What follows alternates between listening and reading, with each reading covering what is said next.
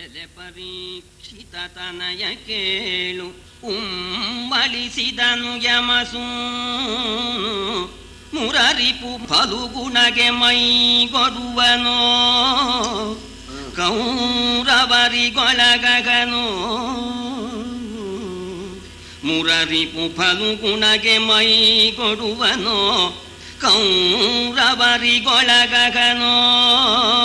ತಿಳಿಯಲರಿದೆನು ತಿರನು ಬಲಗಣ್ಣಲುಗಿತು ಇರಿರೊಳು ಕೈಯ ಗುಡಿಯಲಿ ಸುಳಿದನೊಬ್ಬನು ಬಗಳ ಮಾರ್ಗಶ್ರಮದ ಭಾರದಲ್ಲಿ.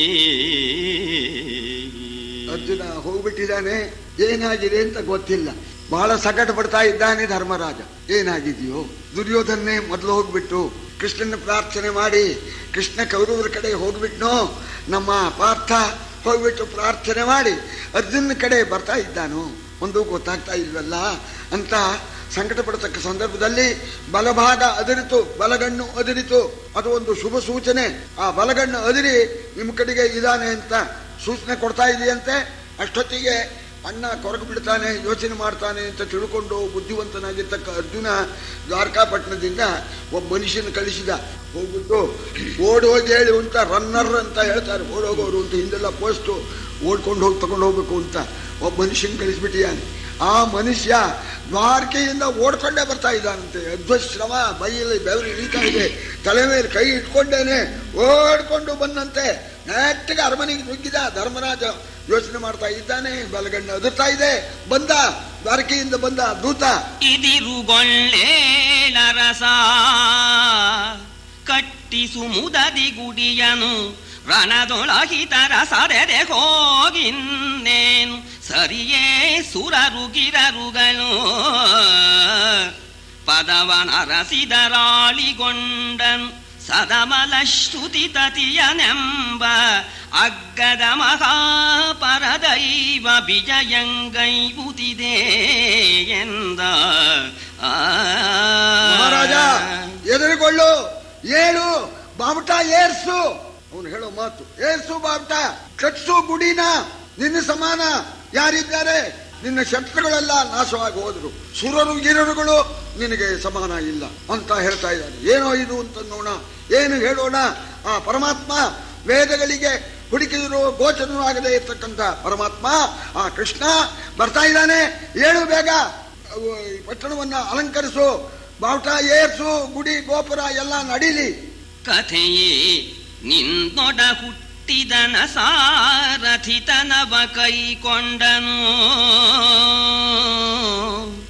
ಇನ್ನೀ ಪೃಥಿವಿ ನಿಂದಯ ರಾಣಿವಾಸವು ಚಿಂತೆ ಬೇಡಿದಕ್ಕೆ ವ್ಯಥಿತವಾಯಿತು ವೈರಿಬಲ ಸಂಪ್ರಥಿತ ಸಾಹಸನಾದೆ ನೀನೆನೆ ಶಿಥಿಲ ಸಂಶಯನಂಗ ಚಿತ್ತವನಿತ್ತನಾದಂಗೆ ಗೋಚರನಾಗದೆ ಇರ್ತಕ್ಕ ಪರದೈವ ದಯ ಮಾಡಿಸ್ತಾ ಇದೆ. ಏನು ಹೇಳೋಣ? ಆ ಪರಮಾತ್ಮನ ಕರುಣೇನ, ಆ ದಯೇನ ಏನು ಹೇಳೋಣ? ನಿನ್ನ ಒಡಹುಟ್ಟಿದ ತಮ್ಮ ಅರ್ಜುನಿಗೆ ಸಾರಥಿಯಾಗಿ ಬರ್ತಾ ಇದ್ದಾನೆ. ಈ ಭೂಮಿ ಇಲ್ಲಿಂದ ಮುಂದೆ ನಿನ್ನ ರಾಣಿವಾಸ, ಇದರಲ್ಲಿ ಸಂಶಯವೇ ಇಲ್ಲ. ಯೋಚನೆ ಮಾಡಬೇಡ.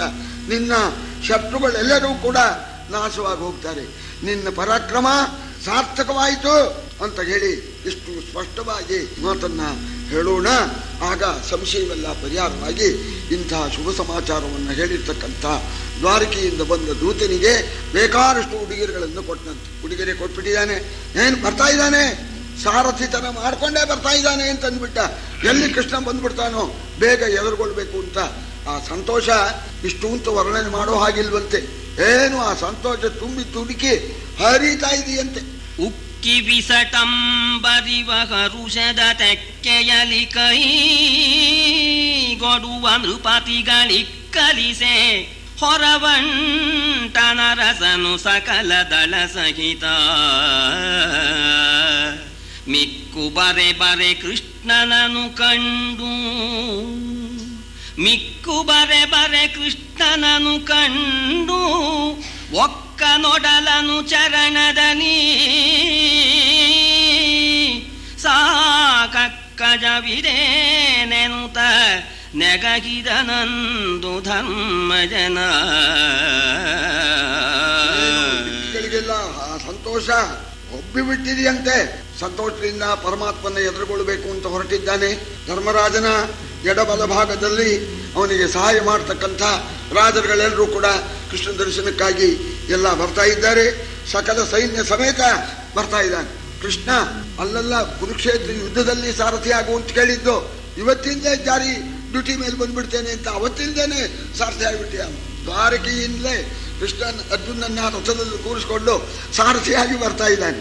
ಸರಿ, ಕೃಷ್ಣನ್ ನೋಡ್ಬಿಟ್ಟ ಇವ ಸಾರಥಿಯಾಗಿದ್ದಾನೆ. ಕೃಷ್ಣ ಅರ್ಜುನ ರಥದಲ್ಲಿ ಕೂತಿದ್ದಾನೆ. ಆ ಕೃಷ್ಣನ್ ನೋಡಿದ ಕೂಡಲೇ ಒಡಲನ್ನ ಚೆಲ್ಲಿಬಿಟ್ಟ ಅಂತ ರಸ್ತೆ ಒಳಗೆ ಸಾಷ್ಟಾಂಗ ನಮಸ್ಕಾರ ಹಾಕ್ಬಿಟ್ನಂತೆ. ಧರ್ಮರಾಜ ಒಕ್ಕನು ಒಡಲನು ಶರೀರವನ್ನ ರಸ್ತೆ ಮೇಲೆ ಚೆಲ್ಲಿಬಿಟ್ಟ, ಹೊರಳಾಡ್ಬಿಟ್ಟಂತೆ. ಆ ಕೃಷ್ಣನ್ ನೋಡ್ಬಿಟ್ಟು ಸಂತೋಷದಿಂದ ಕೃಷ್ಣನ ಕುರಿತು ಇನ್ನೂ ಸ್ತೋತ್ರ ಮಾಡ್ತಾ ಇದ್ದಾನೆ. ಪರಕೆ ಪರತರ ವಸ್ತುವನು ಗೋಚರಿಸಿದೆವಲೈ, ಪರಕೆ ಪರತರ ವಸ್ತುವನು ಗೋಚರಿಸಿದೆವಲೈ, ಮುನಿ ಜನಗಳವರ ಸಮಾಧಿಗೆ ಸಮಯವಿಲ್ಲದ ದೇವ ನಮಗೊಲಿದೈ, ಕರುಣಿ ಬಿಜಯಂಗೈದೆಯನೆ ಕರುಣಿ ನೀ ಬಿಜಯಂಗೈದೆಯನೆ ಮುರಗರನು ನಗುತ್ತಿಂತೆಂದ, ನಾವೀನರನ ಸಾರಥಿಯಲ್ಲದೆ ಎಲ್ಲಿಯ ವಸ್ತು ತಾನೆಂದ. ಜೋಡಿಸಿಕೊಂಡು ಸ್ತೋತ್ರ ಮಾಡ್ತಾನೆ ಧರ್ಮರಾಜ. ಪರಕ್ಕೆ ಪರತರ ವಸ್ತು, ಪರಬ್ರಹ್ಮ ಆನಂದ ಮೂರ್ತಿ ಪರಕ್ಕೆ ಪರತರವಾದ ವಸ್ತುವನ್ನ ಈ ಕಣ್ಣುಗಳಿಂದ ನೋಡಿದೆ ನಾವು ಧನ್ಯರಾಗ್ತಾ ಇದ್ದೇವೆ. ಋಷಿಗಳ ಜ್ಞಾನಿಗಳ ಸಮಾಧಿಗೂ ಕೂಡ ಗೋಚರವಾಗದೇ ಇರ್ತಕ್ಕಂತಹ ಪರಮಾತ್ಮ ನಮ್ಮ ಮೇಲೆ ದಯ ಮಾಡಿಬಿಟ್ಟೆ, ನಮಗೆ ದರ್ಶನ ಕೊಟ್ಬಿಟ್ಟೆ, ನಾವು ಧನ್ಯನಾದ್ವಿ, ಮಹಾಕರುಣಾಶಾಲಿ ನೀನು ದಯ ಮಾಡಿಸಿದ್ಯಾ ಪರಮಾತ್ಮ ಅಂತ ಕೊಂಡಾಡೋದಕ್ಕೆ ಪ್ರಾರಂಭ ಮಾಡೋಣ. ಆಗ ಹೇಳ್ತಾ ಇದ್ದಾನೆ ಧರ್ಮರಾಜ, ನಿನ್ನ ಸ್ತೋತ್ರ ಎಲ್ಲ ಹಿಂದಕ್ಕಾಯ್ತು. ಈಗ ನಿನ್ನ ತಮ್ಮನ ಸಾರಥಿ ನಾನು. ಇನ್ನಿ ಅಲ್ಲಿ ವಸ್ತುವೂ ಇಲ್ಲ, ಒಂದೂ ಇಲ್ಲ, ಪರತರವೂ ಇಲ್ಲ, ವಸ್ತುವೂ ಇಲ್ಲ. ಅರ್ಜುನನಿಗೆ ಸಾರಥಿಯಾಗಿ ಇರ್ತಕ್ಕಂಥವ್ನು ನಾನು. ಇನ್ನು ಎಲ್ಲಿ ವಸ್ತುವೋ ಹೊಯ್ತ್ಕೊಳೋ ವಸ್ತು ನಿನ್ನ ತಮ್ಮ ಹಾರಿಸ್ಬಿಟ್ಟ ಅಂತ ಕೃಷ್ಣ ನೋಣ. ಆಗ ಕರುಣಾಶಾಲಿಯಾದ ನೀನು ಸಾರಥಿ ಆದ್ರೇನು, ಹೇಗಾದ್ರೇನು, ನೀ ಪರಾತ್ಪರ ವಸ್ತು ಅಲ್ವೇ ಅಂತ ಹಾಗೂ ಧರ್ಮರಾಜ ಕೊಂಡಾಡೋಣ. ಆಗ ಕೃಷ್ಣ ಒಂದು ಮಾತು ಹೇಳಿದೆ, ನೋಡಪ್ಪ ಇರ್ಬೋದು, ನೀ ತಿಳ್ಕೊಂಡಿರ್ಬೋದು, ಆದರೆ ಲೋಕ ಮೆಚ್ಚೋ ಹಾಗೆ ನಡಿಬೇಕು. ಈಗ ಯಾರು ನೋಡಿ ನಕ್ಬಿಟ್ಟಾರು, ಸ್ವಾಮಿ ಅವ್ರು ಯಾರು, ಅವರು ನಮಸ್ಕಾರ ಮಾಡಿಸ್ಕೊಳ್ಳೋರು ಯಾರು, ನಮಸ್ಕಾರ ಮಾಡೋರು ಯಾರು ಅಂತ ಕೇಳಿದಾಗ ಆ ನಮಸ್ಕಾರ ಮಾಡ್ತಕ್ಕವರು ಮಹಾರಾಜರು ಧರ್ಮರಾಜ, ಮಾಡಿಸ್ಕೊಳ್ತಕ್ಕಂಥವನು ಅವನ ತಮ್ಮನ ಸಾರಥಿ ಅಂತ ಅಂದುಬಿಟ್ರೆ ಎಲ್ಲ ನಕ್ಬಿಡ್ತಾರೆ. ಆದ್ದರಿಂದ ಯುದ್ಧ ಪ್ರಸಂಗ ಕಳೆಯುವವರಿಗೆ, ನಾನು ನಿನ್ನ ತಮ್ಮನ ಸಾರಥಿ ಆಗೋವರಿಗೆ ಈ ಹೊರಗಡೆ ಒಳಗೆ ನಿನ್ನ ನಮಸ್ಕಾರ ಚಮತ್ಕಾರ ಬೇಡ, ಯಾಕೆಂದ್ರೆ ಎಲ್ಲ ನಕ್ಬಿಡ್ತಾರೆ. ಬಯಲಿಗೆಮ್ಮನು ನಾಚಿಸದೆ ಪಾಳಯಕ್ಕೆ ನಡೆಯೆಂದು ಅಸುರರಿಪು ಸೇನೆಯನು ಕೈ ಬೀಸಿದನು, ಬಂದನು ರಾಜಮಂದಿರಗೆ. ಹೊರಗಡೆ ನಿನ್ನ ಸ್ತೋತ್ರ ಮಾಡಬೇಡ, ಮನೆ ಒಳಗೆ ಬೇಕಾದ ಹೇಳ್ಕೊ ಅಂತ ಹೇಳಿ ಆಗ ನಡೀರಿ, ಸೈನ್ಯ ಮುಂದೆ ಹೋಗಲಿ ಅಂತ ಕೃಷ್ಣ ಕೈ ಬೀಸಿದ್ದಾನೆ. ಸೈನ್ಯವೆಲ್ಲ ಬಂದಿದೆ. ಧರ್ಮರಾಜನ ಆ ಬಿಡಾರಕ್ಕೆ ಕೃಷ್ಣ ಪರಮಾತ್ಮ ಬಂದಿದ್ದಾನೆ. ಸರಿ, ಸಾರಥಿ ಹೋಗ್ಕೊಂಡು ಬಂದಿದ್ದಾನೆ. ಅಯ್ಯ ಜನಮೇಜಯ, ಈ ಕಡೆ ಏನಾಗಿದೆ ನಿಯತ ಬಿತ್ತಲು ಕೇಳು ಜನಮೇಜಯ ಮಹೀಪತಿ, ಧರ್ಮಸುತನ ಓಲಯ ಕದನ ನರಿದಂತೆ, ಧರ್ಮಸುತನ ಓಲೆಯ ಕದನ ನರಿದಂತೆ, ಶಲ್ಯ ನೃಪಾಲ ಕೊರವಂಟ. ಈ ಕಡೆ ಮಧ್ಯ ದೇಶದ ರಾಜನಾದ ಕಲಿಶಲ್ಯ ಧರ್ಮರಾಜ ಓಲೆ ಕಳಿಸಿದ್ದ, ಉಡುಗೆದೆ ಕಳಿಸಿದ್ದ, ಮುಂದೆ ಯುದ್ಧ ಆಗತ್ತೆ, ನೀವು ನಮ್ಮ ಮಾವ ನಮಗೆ ಸಹಾಯಕ್ಕೆ ಬರಬೇಕು ಅಂತ ಪ್ರಾರ್ಥನೆ ಮಾಡಿದ್ದ. ಸರಿ, ಅಳಿಯಂದರು ಪಾಂಡವರಿಗೆ ಸಹಾಯ ಮಾಡಬೇಕು ಅಂತ ಉದ್ದೇಶ ಇಟ್ಕೊಂಡು ಧರ್ಮರಾಜನ ಆ ಪತ್ರಿಕೆಯ ಅನುಸಾರವಾಗಿ ಬರ್ತೇನೆ ಅಂತ ಹೇಳಿಯೂ ಕಳಿಸಿ ಶಲ್ಯನುಪಾಲ ಹೊರಟ. ಧರ್ಮರಾಜನಿಗೆ ಸಹಾಯ ಮಾಡಬೇಕು ಅನ್ನೋ ಉದ್ದೇಶದಿಂದ ಬರ್ತಾ ಇದ್ದಾನೆ. ಯುದ್ಧದ ಪ್ರಸಂಗವಾದ್ದರಿಂದ ಒಬ್ಬನೇ ಬರಲಿಲ್ಲ, ಕಲಿಶಲ್ಯ ಮೇಳವಿಸಿ ಹೊರವಂಟನು ಅಗಣಿತದಾಳು ಕುದುರೆಯ ಕೂಡಿ ಬರುತ್ತಿರೆ. ಕೇಳಿದನು ಕುರುರಾಯನು ಆಮಾದ್ರಾಧಿಪನವರ ಆಳೊಳಗ್ಗಳನು ಅಧಟ ಶಲ್ಯ ನೃಪಾಲಕನ ತಿರುಗಿದೊಡೆ ಗೆಲುವುದು ಕಾಳಗವು ನಮಗೆ. ಅಧಟ ಶಲ್ಯ ನೃಪಾಲಕನ ತಿರುಗಿದೊಡೆ ಗೆಲುವುದು ಕಾಳಗವು ನಮಗೆಂದು ನಿಶ್ಚಯಿಸಿದನು ಮಂತ್ರದಲ್ಲಿ. ಕಲಿಶಲ್ಯ ಅಪಾರ ಸೈನ್ಯದೊಡನೆ ಪಾಂಡವರ ಕಡೆ ಹೊರಟಿದ್ದಾನೆ. ಉದ್ದೇಶ ಪಾಂಡವರಿಗೆ ಸಹಾಯ ಮಾಡಬೇಕು ಅಂತ. ಇದನ್ನ ಗೂಢಚಾರರ ಮೂಲಕ ತಿಳ್ಕೊಂಡ ದುರ್ಯೋಧನ. ಅವನನ್ನ ನಾವು ಪಾಂಡವರ ಕಡೆ ಹೋಗದಂತೆ ಮಾಡಿ ನಮ್ಮ ಕಡೆಗೆ ತಿರುಗಿಸ್ಕೊಂಡ್ಬಿಟ್ರೆ, ಕಲಿಶಲ್ಯ ನಮ್ಮ ಕಡೆ ಬಂದ್ರೆ ಜಯ ನಮಗೆ ಸ್ವತಃ ಸಿದ್ಧ. ಏನ್ ಮಾಡೋದು? ಈಗ ಪಾಂಡವರಿಗಾಗಿ ಹೊರಟಿದ್ದಾನೆ, ಅವನ್ನ ನಮ್ಮ ಕಡೆ ಮಾಡ್ಕೋಬೇಕು. ಸಾಮಧಾನೆ ಭೇದದಂಡವು ಅಂತ ಇತ್ಯುಪಾಯ ಚತುಷ್ಟಯಂ, ಭೇದೋಪಾಯ ಮಾಡ್ಬೇಕು. ಅವನ್ನ ನಮ್ಮ ಹಂಗಿಗೆ ಒಳಪಡಿಸ್ಕೋಬೇಕು. ಅವನು ಸ್ವತಂತ್ರ ರಾಜ. ಬಾ ಅಂತ ಕರೆದ್ರೆ ನಿನ್ ಕಡೆ ಬರೋದಿಲ್ಲ, ಯಾರಪ್ಪ ನಮ್ಮ ಅಳಿಯಂದ್ರ ಕಡೆ ಹೋಗ್ತೇನೆ ಅಂತ ಹೇಳ್ತಾನೆ. ನಾ ಈಗಲೇ ಹೋಗಿ ಕೇಳಿದ್ರೆ ಅವನ್ನ ಹಂಗಿಗೆ ಒಳಪಡಿಸ್ಕೊಂಡ್ಬಿಟ್ಟು ಆಮೇಲೆ ಅವನ್ನ ನಮ್ಮ ಕಡೆಗೆ ಎಳ್ಕೋಬೇಕು ಅನ್ನೋ ಉದ್ದೇಶದಿಂದ ದುರ್ಯೋಧನ ಮಹಾಶ್ರೀಮಂತ ಚಕ್ರವರ್ತಿ. ಅವನು ಶಲ್ಯ ಎಲ್ಲಿ ಬೀಡು ಬಿಡ್ತಾನೋ ಆ ಜಾಗದಕ್ಕೆ ಮೊದಲೇ ಏರ್ಪಾಟ್ ಮಾಡಿದ್ದಾನೆ. ಎಂದಖಿಲ ವಸ್ತುಗಳ ಜೋಡಿಸಿ ಮುಂದೆ ಪಾಳೆಯ ಬಿಡುವ ಠಾವಿನೊಳು ಅಂದಮಿಗೆ ಮಾಡಿದನು ಗುಡಿಗೂಡಾರ ಚೌಗಿಗೆಯ.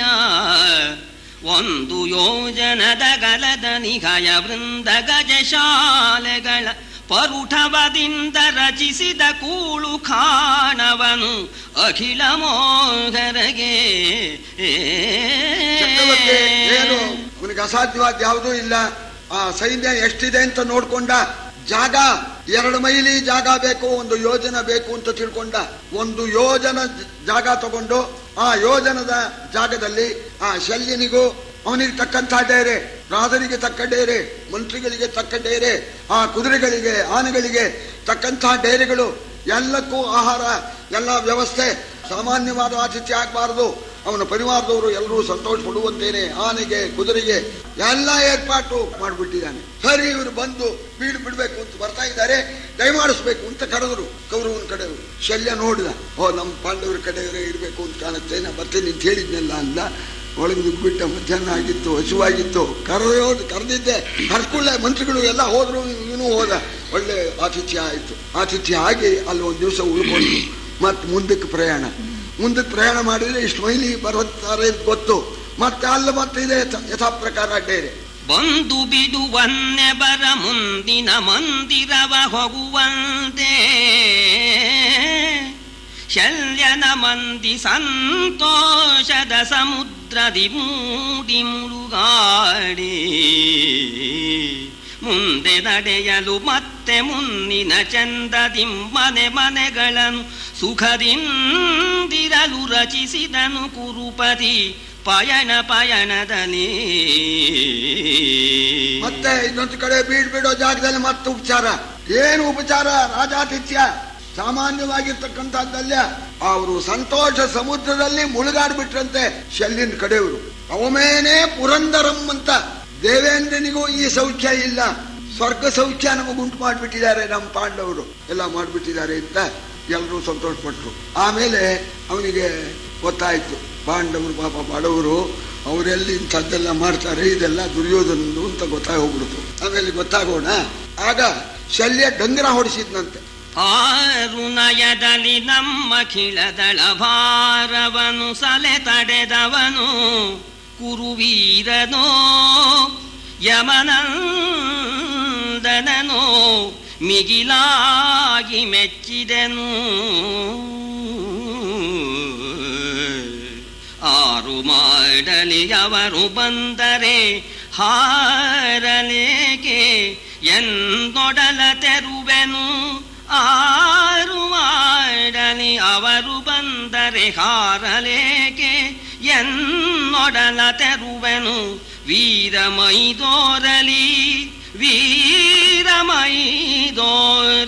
ಎನ್ನುತ್ತ ಹೊಯಿಸಿದನು ಡಂಗುರವಾ. ಹೊಡಿಸಿಬಿಟ್ಟ. ಇಂಥ ನಮ್ಮ ಅಪಾರವಾದ ಸೈನ್ಯಕ್ಕೆ ಇಂಥ ಆತಿಥ್ಯವನ್ನ ಮಾಡಿರ್ತಕ್ಕಂಥವನು ಯಾರೇ ಇರಬಹುದು. ಈ ಸೈನ್ಯ ಸಾಮಾನ್ಯವಲ್ಲ. ಇಂಥ ಸೈನ್ಯವನ್ನ ಯಾವುದೋ ಒಂದು ಉದ್ದೇಶ ಇಟ್ಕೊಂಡು, ನಿರೀಕ್ಷಣೆ ಇಟ್ಕೊಂಡು ಈ ಸೈನ್ಯಕ್ಕೆ ಆತಿಥ್ಯವನ್ನ ಮಾಡಿರ್ತಕ್ಕಂಥವನು ಅವನು ಯಾರೇ ಇರಬಹುದು. ಕುರುವೀರನಾಗಲಿ ಅಥವಾ ಧರ್ಮರಾಜನೇ ಆಗಲಿ ಎದುರಿಗೆ ಬರಬಹುದು. ಹಿಂದ್ಗಡೆ ನಿಂತು ಮಾಡಬೇಕಾದ್ದಿಲ್ಲ. ಯಾವ ನಿರೀಕ್ಷೆಯಿಂದ ಮಾಡಿದ್ದಾರೋ ಅವರು ಬರಬಹುದು. ಅವರ ಆತಿಥ್ಯಕ್ಕೆ ನಾನು ಒಳಪಟ್ಟಿದ್ದೇನೆ, ಅವರ ಹಂಗಿಗೆ ಒಳಪಟ್ಟಿದ್ದೇನೆ. ಬರ್ಲಿ, ಅವನಿಗಾಗಿ ಈ ಒಡಲನ್ನ ನಾನು ಕೊಟ್ಟುಬಿಡ್ತೇನೆ.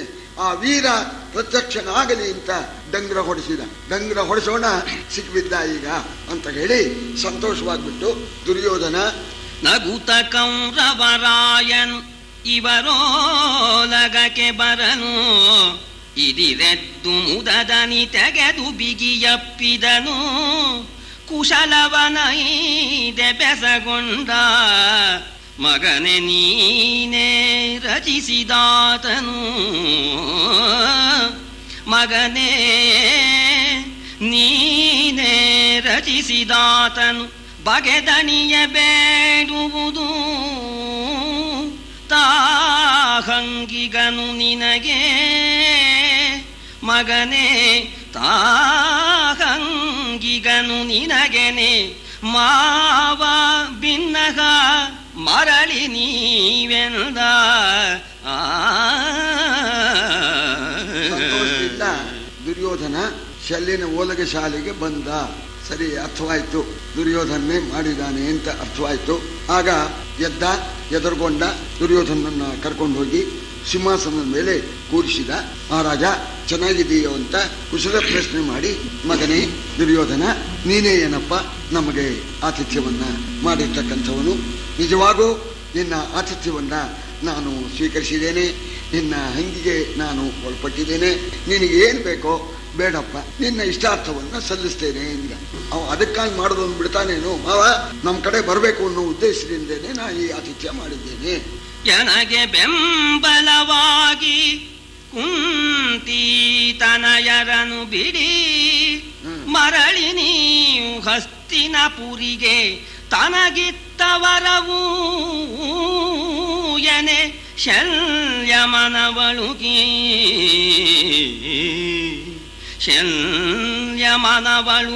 ತನಯ ಕೈಕೊಂಡೆನು.